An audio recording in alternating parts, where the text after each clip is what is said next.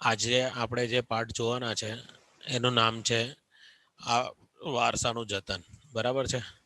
તો વારસાના જતનના અંદર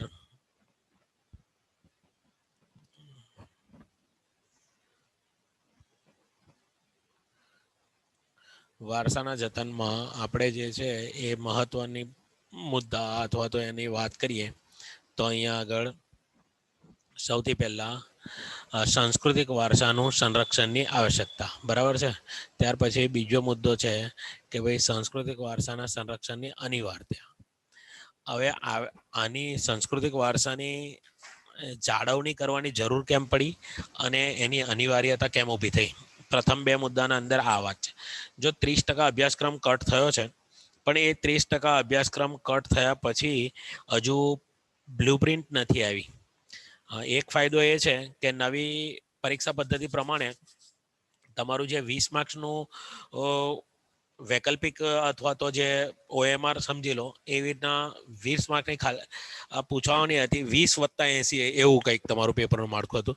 પણ નવી પદ્ધતિ સુધારેલા પ્રમાણે 30+70 એટલે કે 70 માર્ક્સનું જ હવે તમારે લખવાનું રહેશે.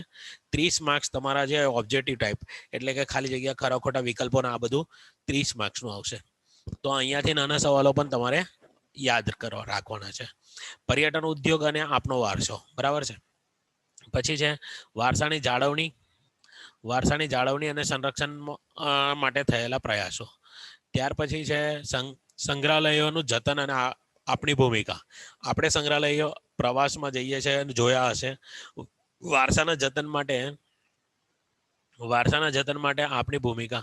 વારસાનું જતન માટે આપણી ભૂમિકા કે વારસાના જતન માટે આપણે શું કરીએ છીએ. અહીંયાથી એક સવાલ એવો પૂછાય છે કે તમે ભારતના સાંસ્કૃતિક અથવા તો વારસાને જાળવવા માટે તમે વિદ્યાર્થી તરીકે શું કરશો. આવો તમારો શું છે કે અભિપ્રાય લેવા માટે અથવા તો તમારી જે સ્કેલ છે એ ઓળખવા માટે અથવા તો એને બહાર લાવવા માટે આવા સવાલો પણ ક્યારેક 3 માર્ક્સમાં 4 માર્ક્સમાં પૂછે છે.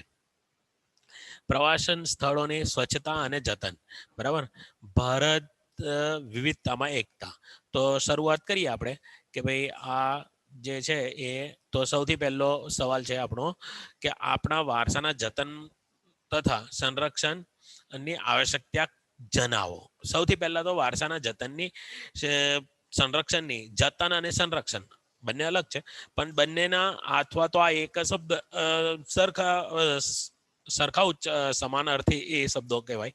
તો જતનની કે સંરક્ષણની આવશ્યકતા કેમ જણાય અથવા કેમ પડી, કેમ ઊભી થઈ. તો આપણો પ્રાકૃતિક અને સાંસ્કૃતિક વારસો વિશ્વમાં ભવ્ય અને વિસ્તૃત, સમૃદ્ધ, વૈવિધ્યપૂર્ણ અને અજોડ છે. આપણે આ જાણીએ છીએ. શરૂઆતના 6 ચેપ્ટર આપણા વારસાના છે. બરાબર.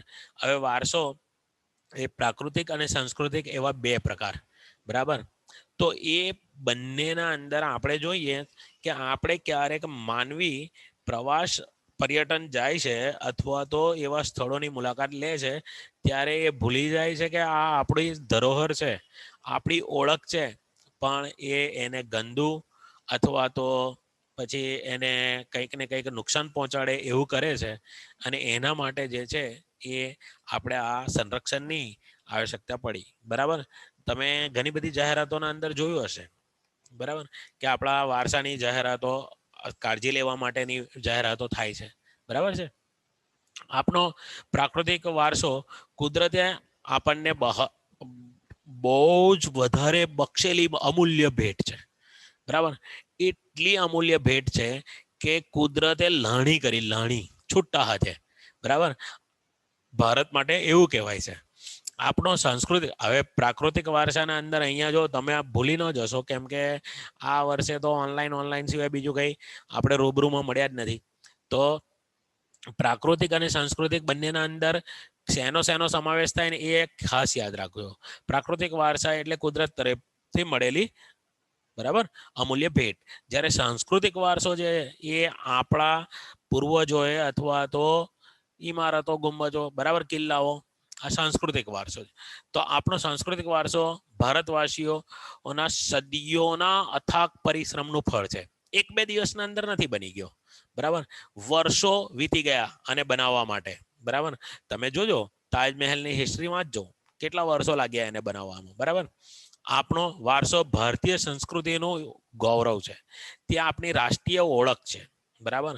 તો આપણે ફોરેનના અંદર અહીંયાથી જતા હોય અને ત્યાં એ લોકોને કદાચ આપણે કોઈ પેન ગેસ્ટ તરીકે, એટલે કે કોઈ ઘરના અંદર ભાડે રહ્યા, હોટેલ નથી મળતી, અથવા તો આપણે સસ્તું રાખવું છે એટલે આવું કંઈ ખાવા બનાવવાની ઝંઝટ નથી જોતી, તો આવા કોઈ સારા ફેમિલી હોય એમના ઘરે આપણે ભાડે રહ્યા, તો એ લોકોને શું થાય ખબર છે કે ચાલો આ ભારતથી આવ્યો છે, કંઈક આપણને ભારતની હિસ્ટ્રી જાણવા મળશે.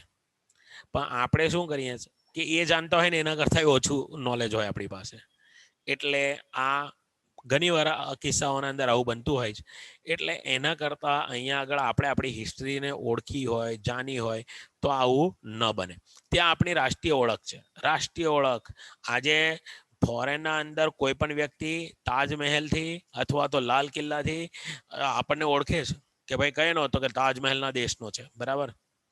જેવી રીતના દુબઈ માટે બુર્જ ખલીફા, અત્યારે બુર્જ ખલીફાનું નામ જ આવે એટલે બધાને આ દિમાગના અંદર દુબઈ, એવી રીતના તાજમહેલનું નામ ખાલી આવે તો ઇન્ડિયા, બરાબર. તો આ જે છે એ આપણી ઓળખ છે, ત્યાં આપણા માટે માર્ગદર્શક છે. ભૂતકાળમાં કરેલી ભૂલોને વર્તમાનમાં સમજીને ભવિષ્ય માટેની યોજના અને વિકાસની દિશા નક્કી કરવામાં વારસો આપણને પથદર્શક છે, એટલે કે રાહ બતાવે છે, રાહબર છે, બરાબર. એટલે કે ભૂતકાળના અંદર જે ભૂલો થઈ ગઈ છે આવી, બરાબર. ઘણા બધા પ્રવાસ પર્યટન જાય છે ને તો શું કરે છે ખબર છે, ઉપર સૌથી ટોચ પર દિવાલ પર પોતાનું નામ લખે. કેટલાક છે પાન પડીકીના શોખીન, તે પાન પડીકી ખાઈને એના પર પિચકારીઓ મારે. એટલે આ બધું શું છે કે એના નેચરલ જે છે કલર એ બધા અને પેલા વિમલના કલર થઈ જાય, બરાબર. દેશમાં નવી ચેતનાનો સંચાર કરવામાં વારસો ખૂબ જ ઉપયોગી છે. વારસો એ દેશની પ્રજા માટે આદર્શ હોય છે, તેથી તેને નષ્ટ થતો અટકાવવો આવશ્યક છે. વિદેશી પ્રજામાં આક્રમણો અને આપણી જાગૃતિના અભાવને કારણે આપણા દેશમાં સાંસ્કૃતિક વારસાને ભયંકર નુકસાન થયું છે. તેથી તેનું રક્ષણ અને જળતરની આવશ્યકતા ઊભી થઈ છે.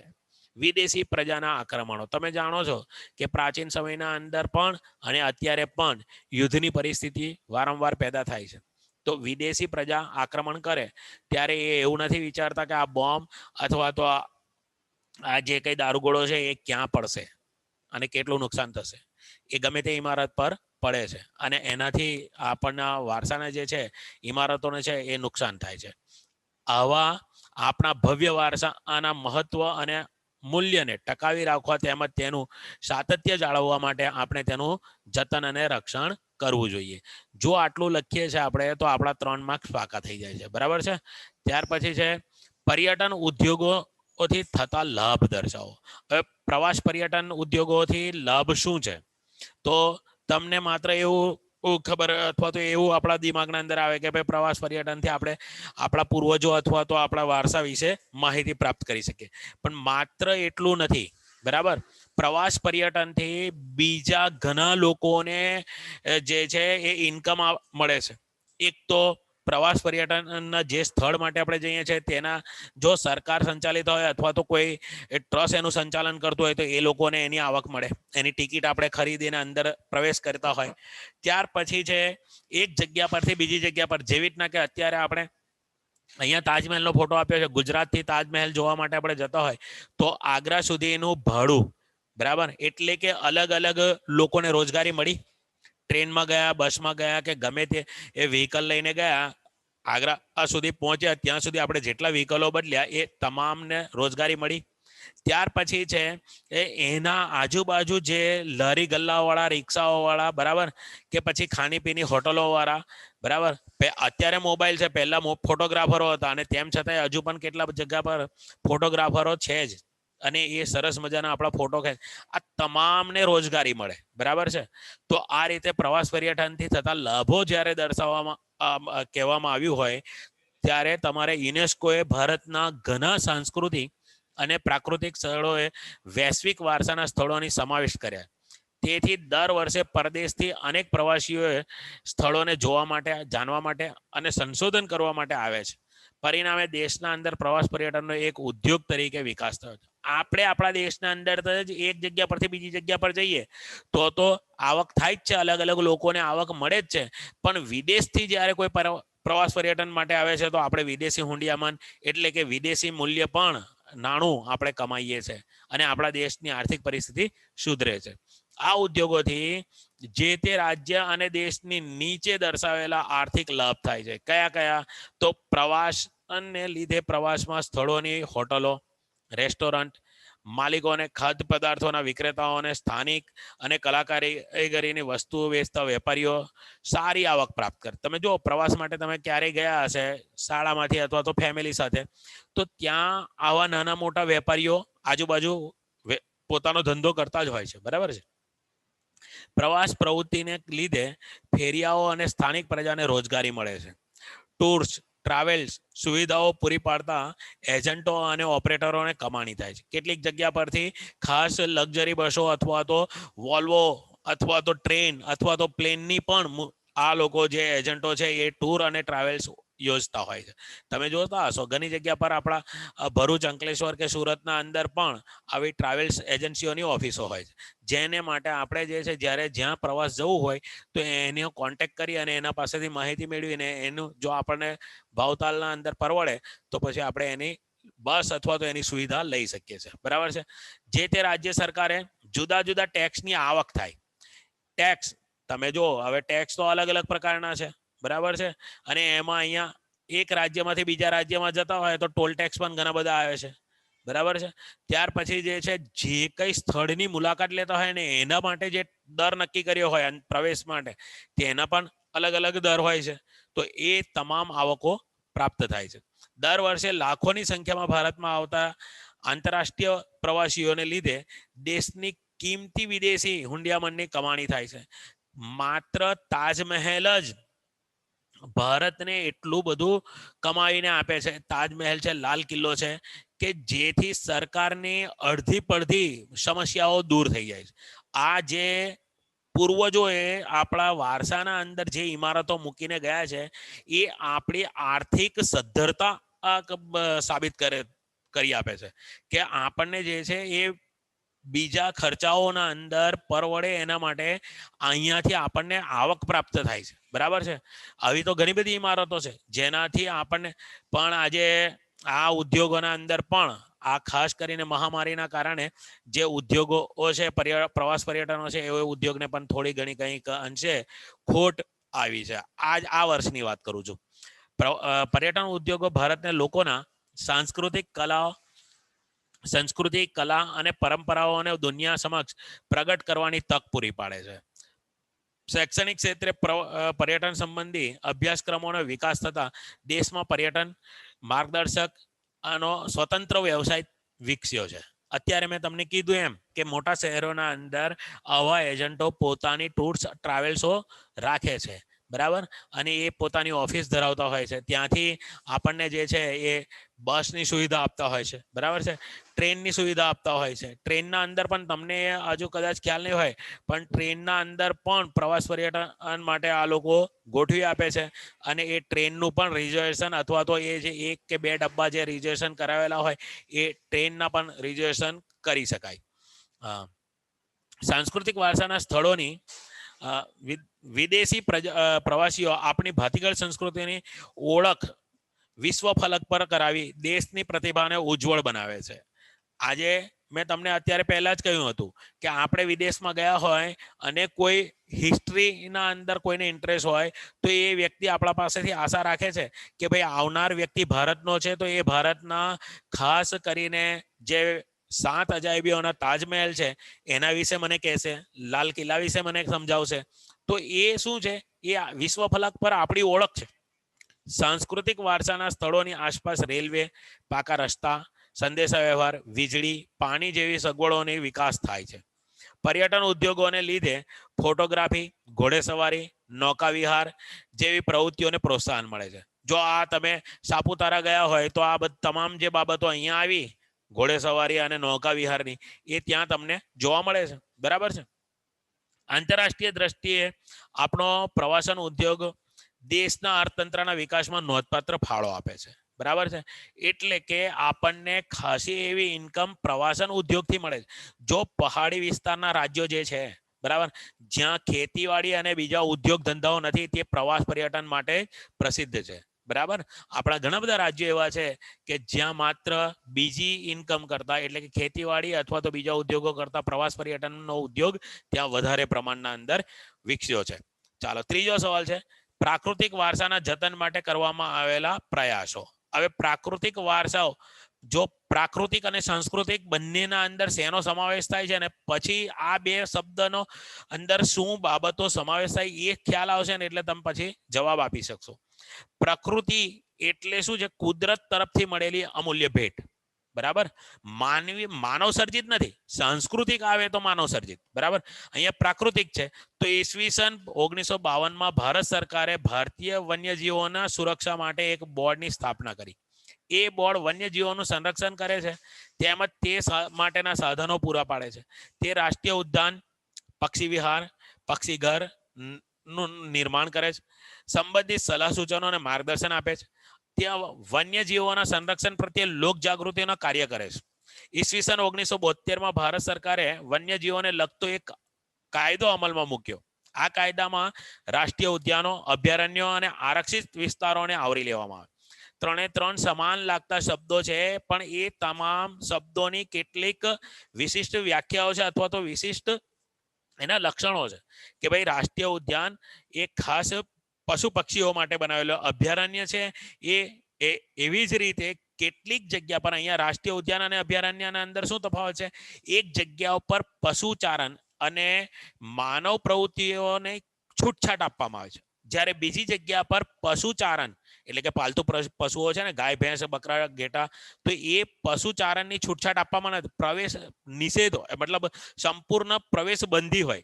ત્યાં કોઈ પણ માનવને કે પાલતુ પ્રાણીઓને જવા દેવામાં આવતા નથી. એ માત્ર જે પક્ષી કે પ્રાણી માટે આરક્ષિત રાખ્યો હોય, એટલે કે સુરક્ષા આપી હોય, એ જ પશુ કે પ્રાણી ત્યાં રહી શકે છે. તો આવા વિસ્તારો માટે 1972 અંદર આ પશુની કાળજી લેવા માટે કાયદો સરકારે અમલમાં મૂક્યો. એ કાયદા મુજબ દેશના જુદા જુદા વિસ્તારના અંદર રાષ્ટ્રીય ઉદ્યાનો અને અભયારણ્યોની સ્થાપના કરવામાં આવી. દેશના કાયદાઓમાં લુપ્ત થતા જતા વિશિષ્ટ છોડવાઓ અને પશુઓને પણ આવરી લેવામાં આવ્યા. ઈસવીસન 1800 પશુની સાથે સાથે વનસ્પતિનું પણ જતન કરવાનું છે. કેમ કે તમે આગળ 11મા ધોરણમાં આવશો, 11 અને ત્યાં પાછા સાયન્સ લેશો, તો તમને બાયોલોજીના અંદર આ કેટલી પ્રકારની વનસ્પતિ આવે છે. 5000 પ્રકારની વનસ્પતિ જે આપણા ભારતના અંદર થાય છે, એમાંથી 2000 પ્રકારની વનસ્પતિ તો આયુર્વેદ એટલે કે દવાઓ માટે ઉપયોગ થાય. તો આ તમામ વનસ્પતિઓને આપણે ઓળખતા નથી. બાયોલોજીના અંદર તમે આગળ જશો તો થોડું ઘણું કંઈક આના વિશે નોલેજ તમને પ્રાપ્ત થશે. પણ અહીંયા આગળ એવા વિશિષ્ટ છોડ, જેવી રીતના મેં તમને કહું કે તમે રામાયણ અથવા આ એક કાલ્પનિક વાત છે, પણ રામાયણના અંદર તમે જોયું હોય અને એના અંદર પેલી જડીબુટી માટે વાંદરાને એટલે કે હનુમાનને મોકલવામાં આવે છે, તો એને સાલાન સમજ નથી પડતી ને આખો પહાડ ઉંચકી લાવે છે.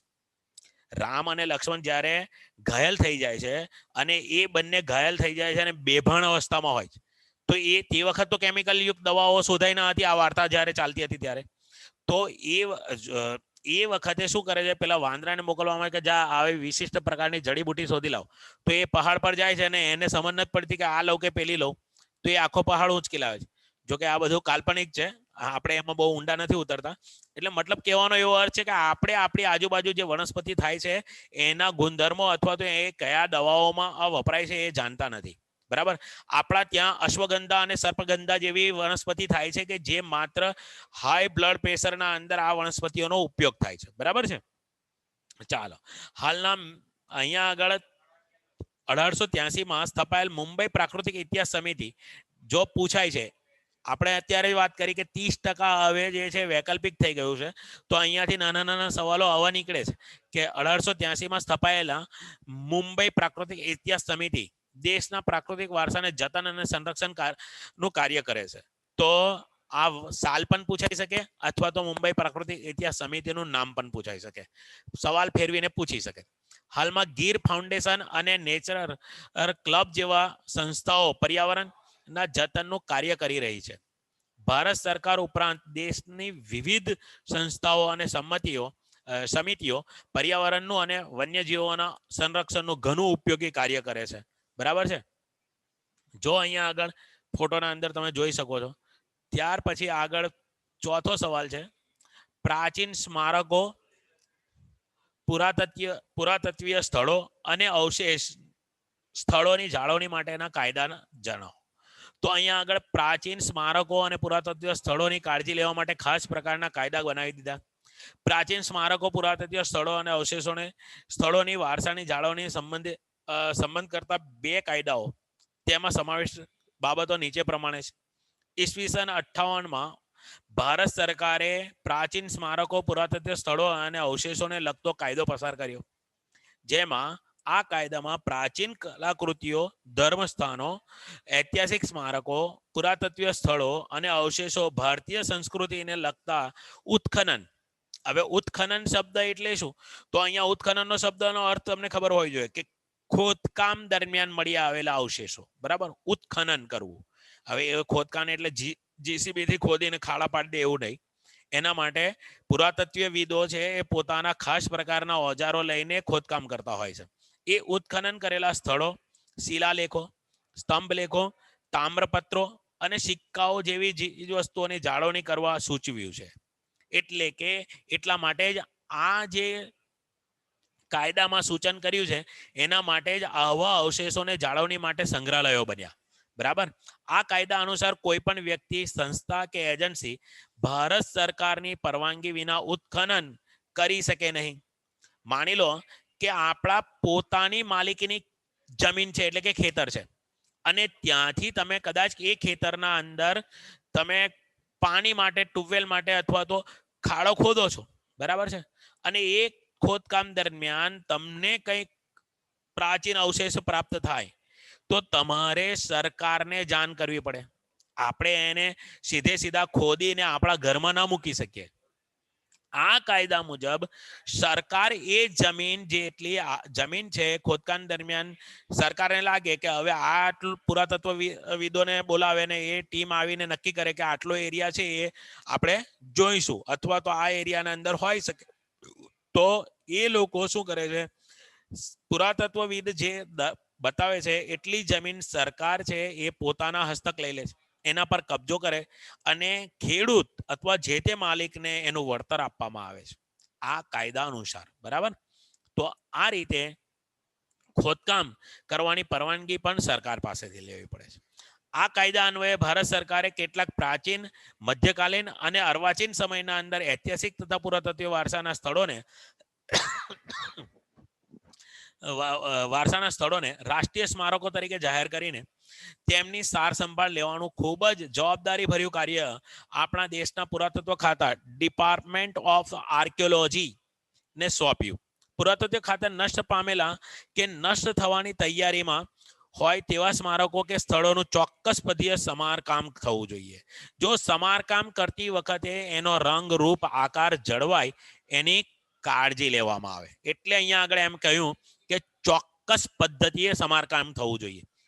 પછી આપણે કોઈ પ્રાચીન ઇમારત હોય એનું સમારકામ કરાવતો હોય, એનો જે રંગ, રૂપ હતું અથવા તો જે આકાર હતો એના બદલે એ બદલાઈ જાય તો એ ન ચાલે. બરાબર. એટલા માટે અહીંયા કહ્યું છે કે ચોક્કસ પદ્ધતિએ સમારકામ થવું જોઈએ. સમારકામ કરો પણ સમારકામના અંદર એનો રંગ, રૂપ, આકાર, કદ છે એ વધુ ઘટવું ન જોઈએ, એના અંદર પરિવર્તન ના આવવું જોઈએ. આંધ્રપ્રદેશમાં કૃષ્ણા નદી પરની નાગાર્જુન સાગર બહુહેતુક યોજના જ્યારે બનાવવામાં આવી ત્યારે એ બહુહેતુક યોજનાના અંદર સંગેમરમરનું મંદિર જે છે, એટલે કે આ સંગેમરમર પથ્થરના અંદરથી જે મંદિર બનાવ્યું, પાપનાસમ મંદિર સમૂહનો આખો એક સમૂહ છે, એ મંદિર આ કેનલના અંદર આ જે નાગાર્જુન બહુહેતુક યોજના હતી એમાં ડૂબી જતું હતું. તો આજે આપણે તમે જો એવા કેટલાય વિડીયો તમે વોટ્સઅપ પર, ફેસબુક પર કે અમે ગમે તે યુટ્યુબ પર જોયા હશે કે એક ઝાડને એના મૂળ સાથે ઉખેડીને બીજી જગ્યા પર લઈ જાય છે. એવી જ રીતે આ આખું પાપનાસમ મંદિર જે છે એ જીસીબી અથવા તો ખાસ પ્રકારના મશીનોથી એને જમીનથી પાયામાંથી ઉખેડ્યું અને બીજી જગ્યા પર આબેહૂબ એટલે કે તેવું જ કોઈ પણ જાતનું નુકસાન થયા વગર એવું આખું મંદિર બીજી જગ્યા પર પ્રસ્થાપિત કર્યું. આ જે છે એ પ્રમાણે ઉપરની લીટી પ્રમાણે અહીંયા આગળ કે ભાઈ સ્થળોને ચોક્કસ પદ્ધતિએ સમારકામ થવું જોઈએ.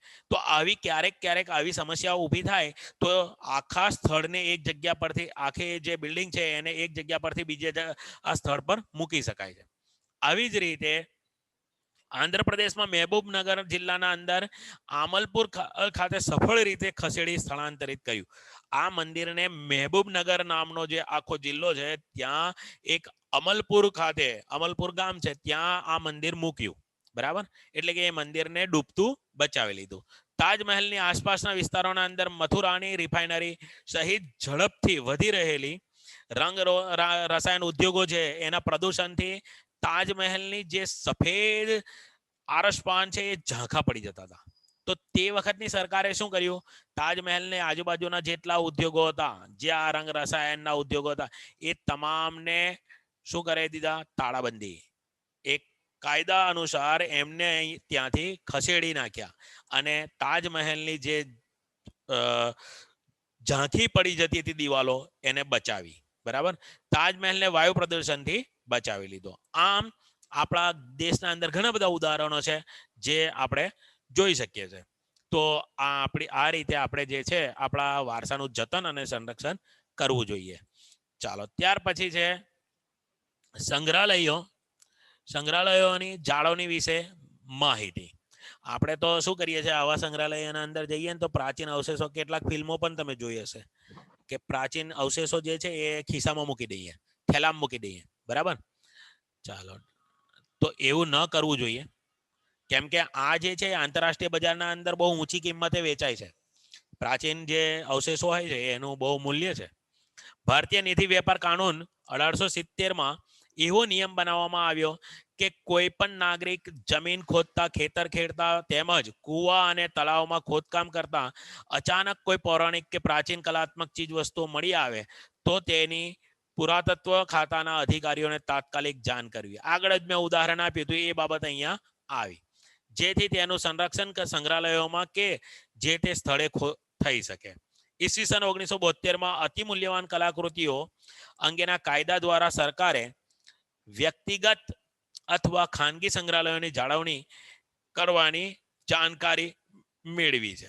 સરકાર જેવી રીતના કે ગુજરાતમાં અમદાવાદ ખાતે લાલભાઈ દલપતભાઈ સંગ્રહાલય, એલડી ઇન્સ્ટિટ્યૂટ ઓફ ઇન્ડોલોજી, આનું આ રીતે પરીક્ષાના અંદર શોર્ટ ફોર્મ પૂછાય છે. બરાબર,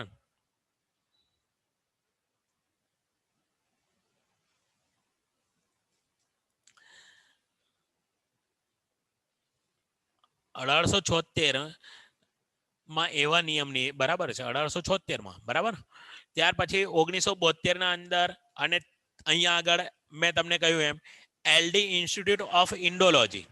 બરાબર, ત્યાર પછી ભોળાનાથ જેઠાલાલ વિદ્યાભવન, ભોજે વિદ્યાભવન, આ શોર્ટ ફોર્મ છે, યાદ રાખજો. કોબા ગાંધીનગર ખાતે શ્રી મહાવીર જૈન આરાધના કેન્દ્ર, પાટણ ખાતે હેમચંદ્ર આચાર્ય જ્ઞાન ભંડાર ગ્રંથાલય.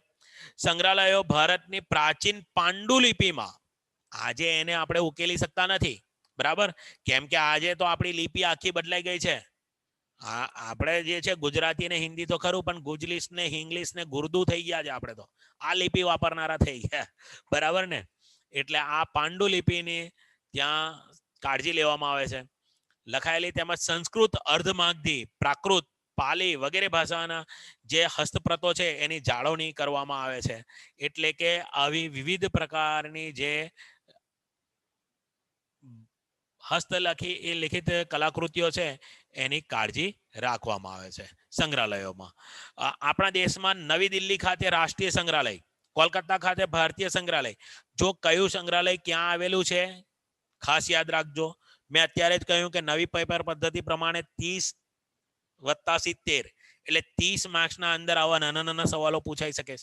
બરાબર, મુંબઈ ખાતે છત્રપતિ શિવાજી મહારાજ વાસ્તુ સંગ્રહાલય એટલે Prince of Wales museum, Hyderabad ખાતે સાલારગંજ સંગ્રહાલય, ભોપાલ ખાતે રાષ્ટ્રીય માનવ સંગ્રહાલય, વડોદરા ખાતે વડોદરા મ્યુઝિયમ અને પિક્ચર ગેલેરી, જોઈ હશે, કમાટી બાગ, બરાબર, વગેરે પ્રખ્યાત સંગ્રહાલયો છે. ત્યાં આપણા ભવ્ય વારસાને જાળવણી અને સંરક્ષણનું મહત્વનું કાર્ય કરી રહ્યા છે. તેમજ જતન અને સંરક્ષણ કરવું એ નાગરિકોની પવિત્ર ફરજ છે. અહીંયા આપણે સમય પૂરો થવાની નજીક છે, 2 મિનિટ બાકી છે, એટલે આગળનો સવાલ લેતા નથી. આટલે સુધી રાખીએ છીએ. છઠ્ઠા સવાલથી ઇન્શાઅલ્લાહ સોમવારે આપણું લેક્ચર આવશે. તે દિવસોમાં આપણે આ આગળ જોઈશું. કોઈ પણ સવાલ હોય તો વોટ્સઅપ પર, બરાબર, મેસેજ કરજો. ના સમજ પડે અથવા કોઈ વધારે વિસ્તૃત માહિતીની જરૂર પડે તો તમે મેસેજ કે કોલ કરી શકો છો. ઓકે, અલ્લાહ હાફિઝ.